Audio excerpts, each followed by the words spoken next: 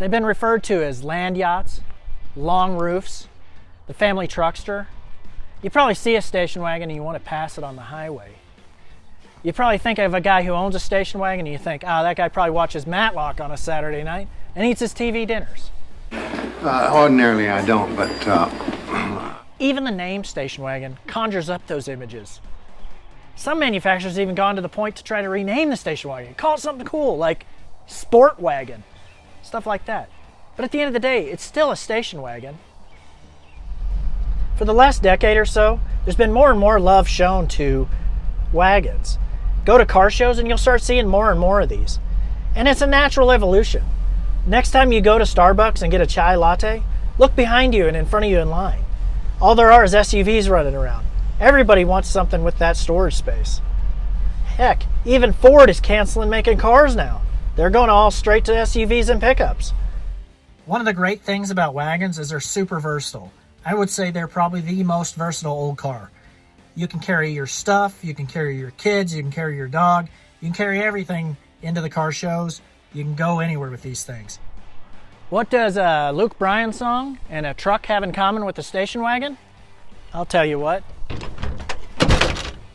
Tailgates. You're probably wondering, does he really believe that station wagons are the greatest old car to own?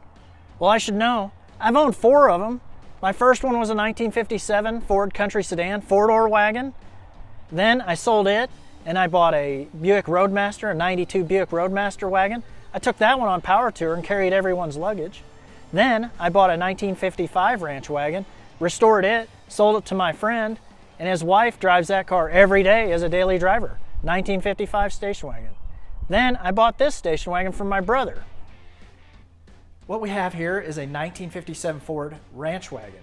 Now the Ranch Wagon was Ford's 2-door version of its station wagon. It's a direct competitor for Chevrolet's Nomad. Now maybe y'all know, put it in the comments, but I would like to know when the last time somebody made a 2-door station wagon was. It's got to be rare. 1957 was a complete redesign for Ford.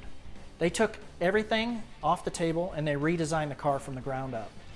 It had lowered floor pans to give you more leg room.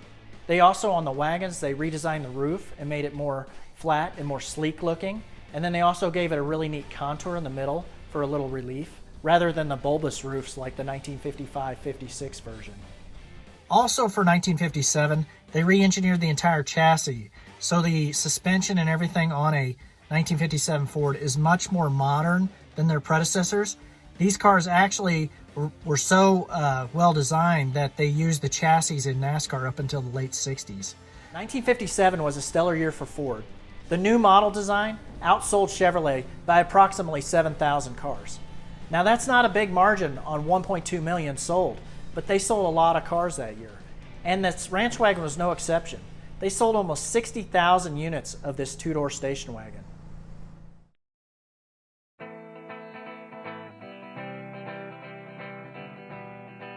(1957) even had a lot of engine models available.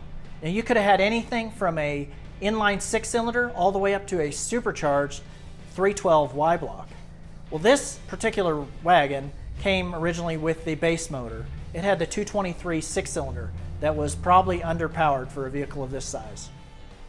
Now we've had this car in the family for several years. Back in 2009, my little brother bought this car out of Wyoming and brought it back to Austin, Texas, where he put it back on the road with its original 6-cylinder and drove it to work as a daily driver every day in Austin. After that 6-cylinder finally gave up, he took that engine out and stuffed in a 5.0 fuel-injected motor out of a Mustang. He also decided at that time he would start restoring it, and he went back and decided to paint it black.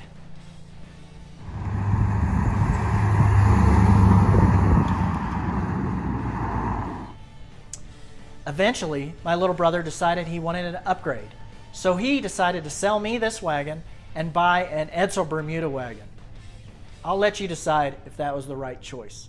Now, one of the more interesting things we've done with our wagons is we took a 3,000-mile cross-country journey in these cars, and this one actually towed my dad's 1958 Scotty camper the entire way, up the Rocky Mountains and back down the other side.